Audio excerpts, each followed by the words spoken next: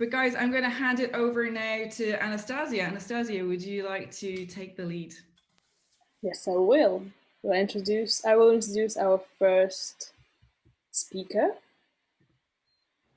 And yeah, so this is Lisa, and she is an architect working at Mer Architects, maybe I pronounced it wrong, in Stockholm.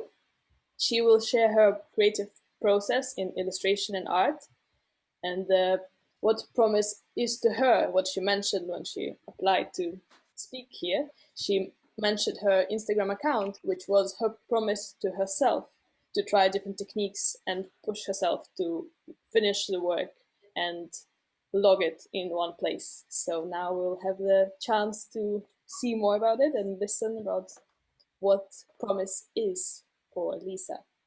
Welcome. Thank you. Right. So my process is a bit, I guess, kind of the opposite of a regular art process, where you usually kind of create something. You have a vision and then you create something and then you kind of go from there.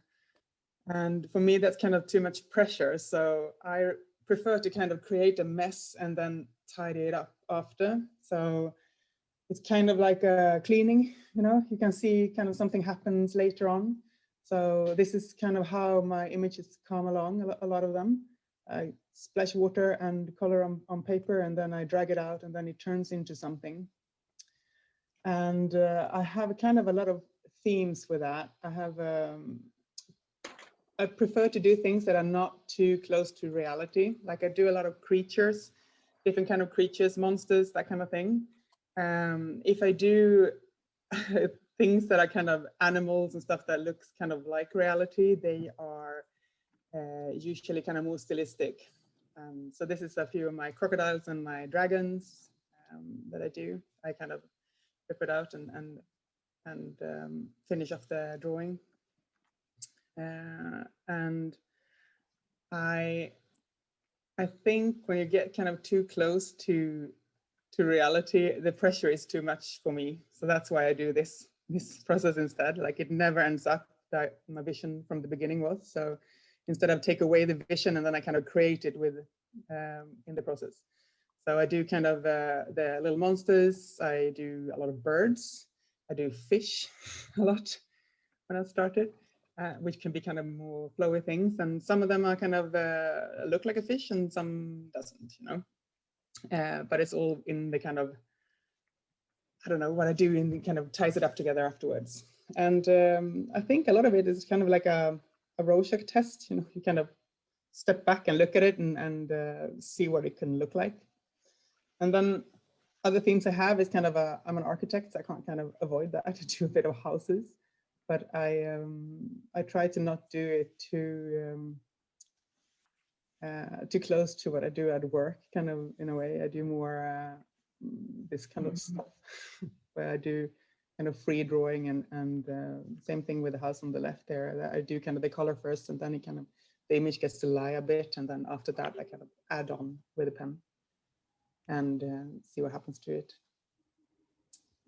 Start with that blob kind of thing. I do quite a lot of texts I kind of finish off with text, and I do that in different ways. I do it in either things that I kind of heard or read or made up, and that can be like a text could be like a message from me or to me. It can be a diary style kind of entry, more like a cartoonish thing. I have my notes on my phone, and I kind of write what I find.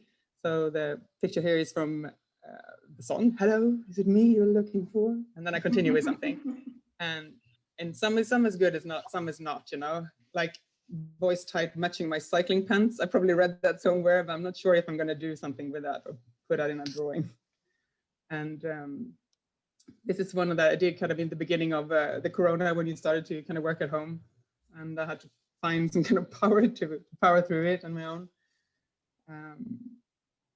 So can that one. And then I can kind of do different ways with the text. So sometimes the text has no relation to the image. It's kind of more a visual purpose. Like I think there's something missing in the image that I do, and then I put in a text. And that can usually be the text that you get from the things on my phone, or things I read and seen. So it can look a bit like the text can stand alone and the picture can stand alone. So here is one of those where I kind of think that something is lacking in an image and I put in a text.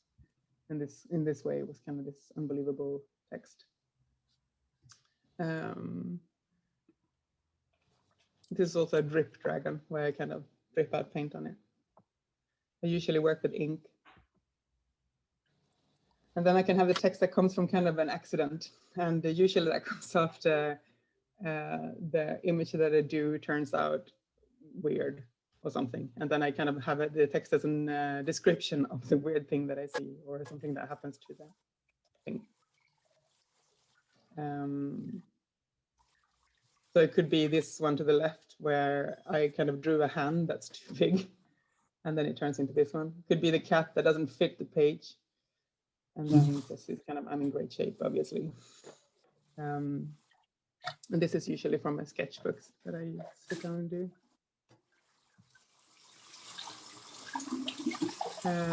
Look at this owl where kind of the eyes turned out to be a bit more paranoid, and it turned out to this kind of paranoid night owl where it kind of sounds like with owls as well. You know? God damn it.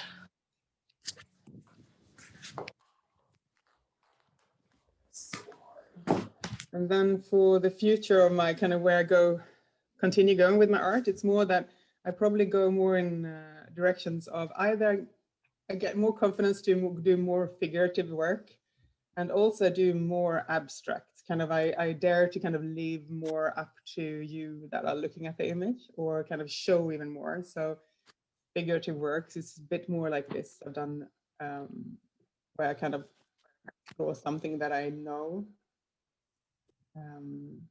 So this is to the left, it's a friend of mine who has a horse who's going to have a foal now in March. So it's for her. The one on the right is kind of started with this dog of quite questionable heritage that I see. Or I can do these kind of large scale ink blob things that are, you can kind of, instead of I draw the kind of animals and creatures on this, I kind of just leave it like this and then you can see what you see in it. So you leave it up to you there more.